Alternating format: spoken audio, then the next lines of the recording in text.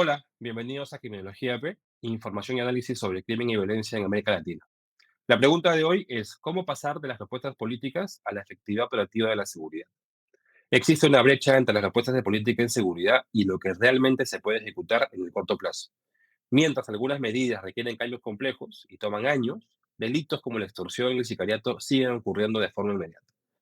Esto plantea una necesidad de poder enfocarse en acciones concretas que puedan implementarse con los recursos disponibles actualmente. Para hablar de ese tema, hemos invitado a Alonso Flores, investigador del Instituto de Criminología y experto en gestión pública y seguridad ciudadana. Bienvenidos a Criminología P.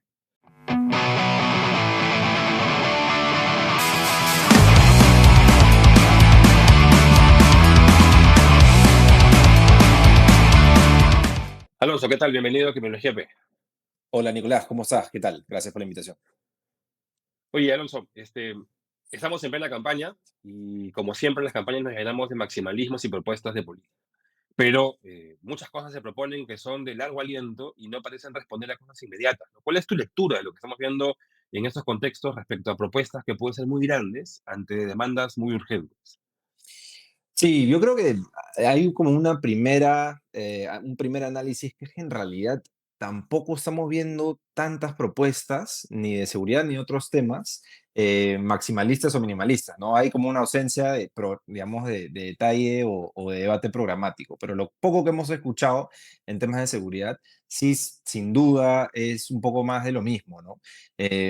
Aumentar penas, más construcción de cárceles, salirnos de la corte, pena de muerte.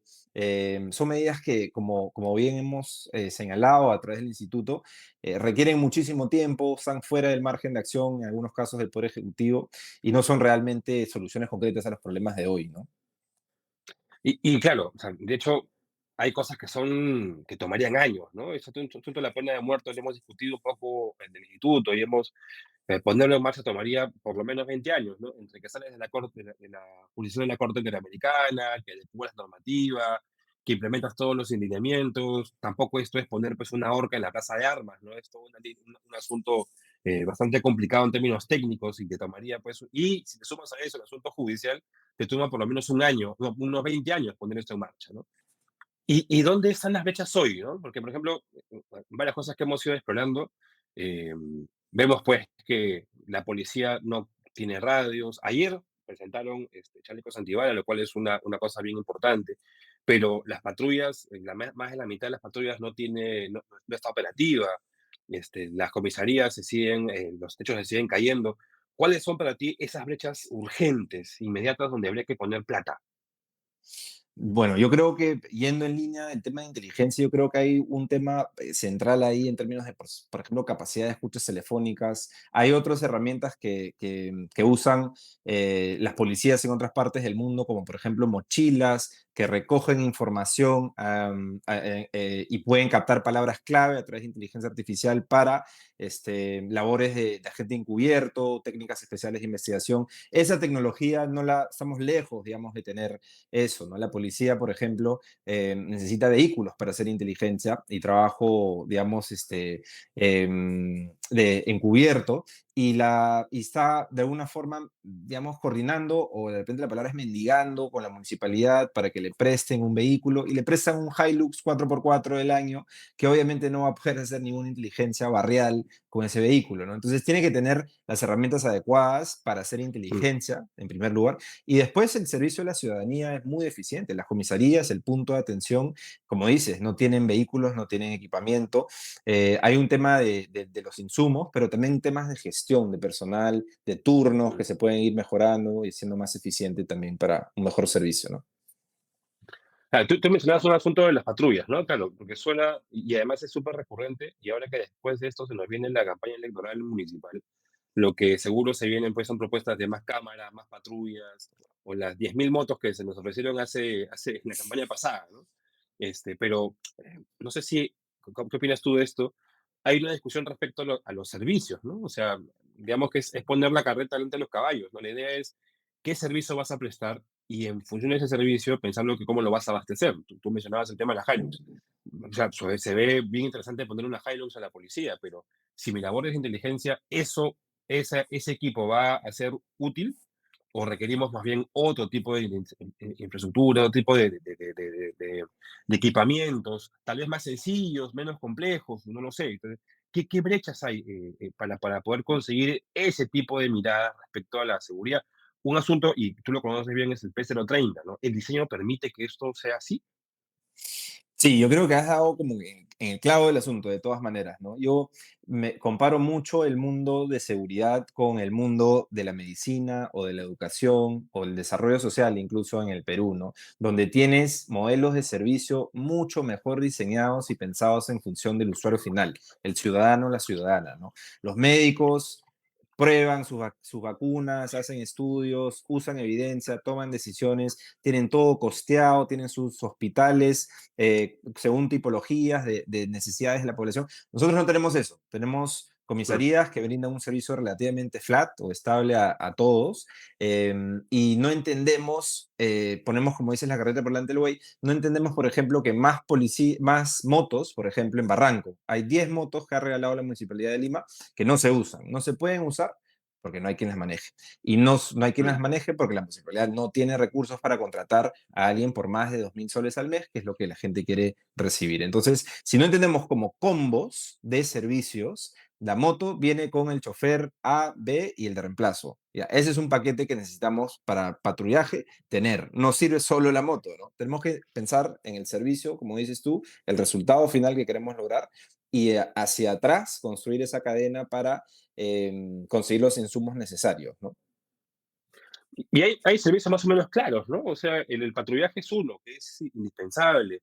La inteligencia que mencionas es otro, ¿no? O sea, ahí tienes dos. Pero claro, creo que tú y yo hemos discutido muchísimo sobre el programa presupuestal y además la desconexión que hay en esa cadena de producto, ¿no? El sumo producto que el programa debería tener. Y claro, tiene años sin que se modifique, sin que se cambie, pero además de eso, en campaña, claro, es un tema técnico que no tiene nada de sexy atractivo, nadie siquiera lo mencionó, o sea, no apareció en el discurso de nadie.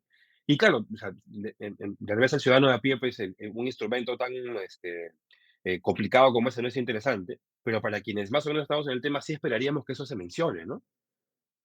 Sí, yo creo que ese es uno de los instrumentos clave, ¿no? Hablamos mucho de los planes, de las grandes políticas, los planes, las estrategias que se aprueban, digamos, y vienen con ese articulito que dice sin recursos adicionales. Entonces, tenemos que Mm. pasar a ver ya de dónde sacamos recursos y ya para eso hay instrumentos como los programas presupuestales que deberían darnos esa aproximación de gestión estratégica a resolver los problemas públicos, como por ejemplo decía en salud, en educación, que son sectores como más tecnificados, digamos, ¿no? En la seguridad estamos trabajando mucho en base a intuición, en algunos casos, incluso en el programa presupuestal, donde tu resultado final es bajo victimización, pero lo que mido es que la comisaría esté sectorizada.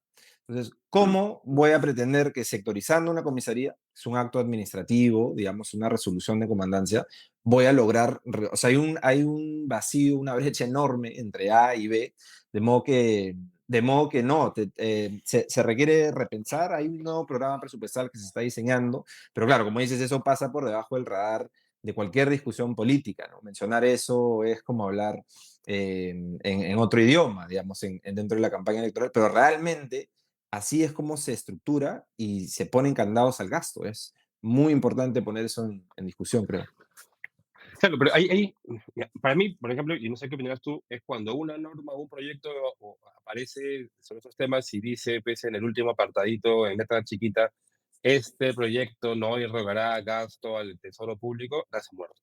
Nace muerto. O sea, eso es no hay mucho más que hacer al respecto que decir gracias por tu buena intención, pero sin presupuesto esto no sirve de absolutamente nada. Pero claro, una cosa que también ocurre es que cada vez hay más gente estudiando los planes y las iniciativas y las cosas que proponen los candidatos, ¿no? Este, y aún con ello ninguno se ha animado a plantear una reforma significativa de un programa presupuestal como este tiene que 10 años pendiente de reforma. Este, Sí. y la reforma presupuestal es la cajita donde va el dinero, ¿no? Eso es un asunto clave. Sí, sí, yo creo que está totalmente, no sé si es un tema de desconocimiento o es un tema que es un lenguaje que no, digamos que suena muy a largo plazo o algo, pero hoy si quieres implementar acciones rápido, tienes una torta, digamos que ya está distribuida, no tienes de dónde sacar más, entonces tienes que realmente, digamos, prestarle atención al tema presupuestal en materia de seguridad ciudadana, eso lo saben los operadores de justicia. Pero es voluntad política. Finalmente es algo que hemos mencionado, que desde el instituto siempre se ha comentado, sobre todo en estos momentos, la necesidad de un liderazgo real. O sea, el presidente de la República tiene que poder decir, esa es la estrategia de seguridad ciudadana y que su ministro de Economía no le diga, ya, pero no te voy a dar plata. O sea, eso es imposible, es impensable. ¿Dónde está el decreto supremo que transfiere un paquete de financiamiento para los 10 distritos críticos en el Perú? No, es Mm. declarar estado de emergencia. Es como, Claro, pero eso es curioso, ¿no? Porque también cuando tú piensas en un proyecto de infraestructura, piensas en el desarrollo económico, lo que va a generar pues, en una región, en las zonas por donde va a pasar una carretera o lo que fuera, ¿no? Eh, Tal vez un asunto que hay que reforzar en quienes estamos desde el otro lado de la seguridad es decirle, oye, este proyecto de seguridad ciudadana te va a reportar tanto beneficio en PBI o te va a evitar tanto impacto, ¿no? O sea, tal vez ahí ya es un asunto de no solamente del MEF, sino de cómo le ayudamos al MEF a que entienda el impacto económico y el desarrollo que eso genera. O sea, el propio MEF, hace 3, 4 ministros, que cambian mucho, les sacaron el dato de que el Perú pierde cerca de 20.000 millones de soles al año por inseguridad. Tienes al BID diciendo que la pérdida por inseguridad en América Latina es 3,4% anualmente. Entonces, hay de dónde sacar y decir, tu inversión en seguridad es una inversión en el sentido de que va a apalancar tu crecimiento y tu desarrollo, ¿no? Pero ya es un problema tal vez de capital humano, un problema de algo que nos está fallando para decirle al sistema, invierte porque con esto por lo menos no vas a perder, ¿no? tal cual, tal cual. Con el crecimiento que hay, digamos, inercial en el presupuesto para seguridad, que cada año incrementa, pero, digamos, ajusta esa inflación y no incrementa nada. Se requiere realmente un shock de inversiones, ¿no? En infraestructura, equipamiento, inteligencia, lo que ya hemos hablado. Y de repente no hay capacidad de gestión, ese es el temor del MEF. Y de repente lo que tienes que hacer es un esquema transitorio, digamos, ¿no? O sea, de repente creas una unidad ejecutora temporal que sea a cargo de los mejores gestores civiles en proyectos de inversión, por ejemplo, o que sea un equipo mixto, como en algún momento lo conversamos, ¿no? MEF, Mininter, y que gradualmente se transfieran capacidades, o que sea un acuerdo gobierno a gobierno, pero tiene esta prioridad, digamos, de la gente, del Estado, se tiene que traducir en más recursos y no está sucediendo, ¿no? Claro, efectivamente. Nada, Alonso, te agradezco mucho por la conversación. Yo me quedo con una idea, a ver qué opinas tú, que tal vez pues el espacio electoral no es el más oportuno para poder discutir los temas técnicos, aun cuando cada vez hay más gente técnica analizando las cosas que se proponen, ¿no? Entonces, hay varios equipos discutiendo esos asuntos y podría ser caja de resonancia para. Pero aún así hay brechas gigantescas, ¿no? Y tal vez lo importante para el ciudadano es que sepa que, un momentito, o sea, sí, a ver, ¿te gustó lo de la pena de muerte? Toma tiempo. ¿Te gustó lo de las 10.000 motos? Eso se requiere, ¿no? 10.000 motos son 20.000 motociclistas, por si acaso, ¿no? Claro. Entonces, eso no suena simpático, pero es una carga importante, además de combustible y demás temas, ¿no? Entonces, creo que hay una tarea ahí, y me gustaría tu opinión al respecto, sobre cómo comunicar que lo que puede ser muy, muy atractivo, muy interesante, tiene pues una demanda operativa significativa. Sí, yo creo que hacen en clavo, ¿no? Yo creo que ahí tenemos que, desde la sociedad civil, desde la academia, digamos, por fuera del Estado, el sector privado también, exigirle al Estado dos cosas, ¿no? Uno es, si necesita más plata, sin duda, se tiene que invertir más. Pero segundo, además, lo que ya se tiene que gastar muchísimo mejor, ¿no? Y hay herramientas que se pueden hacer más amigables, digamos, la consulta amigable, vale la redundancia, u otros que no son realmente muy accesibles al público, ponerlos a disposición, no sé si es un observatorio o qué fuera, pero que a nivel local incluso, en su distrito, ¿no? Porque el gobierno local tiene funciones de seguridad, que se sepa que esas 10.000 motos están estacionadas, que se sepa que Mm. los serenos lo están contratando como locadores, que se sepa que el proyecto de inversión está sin expediente técnico, etcétera. Entonces yo creo que ahí podemos hacer, digamos, un poco de sensibilización en gestión, porque si no, las grandes promesas políticas estarán totalmente desconectadas de la realidad, ¿no? Y esa es una muy buena línea, porque claro, vamos a ver, pues, hacer seguimiento a todo lo que se propuso y qué pasó con ello, ¿no? Una especie de semáforo de cumplimiento, ¿no? La gran Sí, pregunta es, por lo menos, por ejemplo, esas 10.000 motos, ¿dónde quedaron, no? Tú nos cuentas que en Barranco hay 2.000, pero hay 10, perdón, que no se pueden usar porque no hay choferes. Bueno, en fin, me imagino que en otros lugares pasará lo mismo. Alonso, gracias por la conversa. Seguiremos teniendo estas conversas contigo y con varios invitados más. Y esto fue Criminología P. Los invitamos a suscribirse para compartir con ustedes más información sobre crimen y violencia en América Latina. Hasta la próxima. gracias.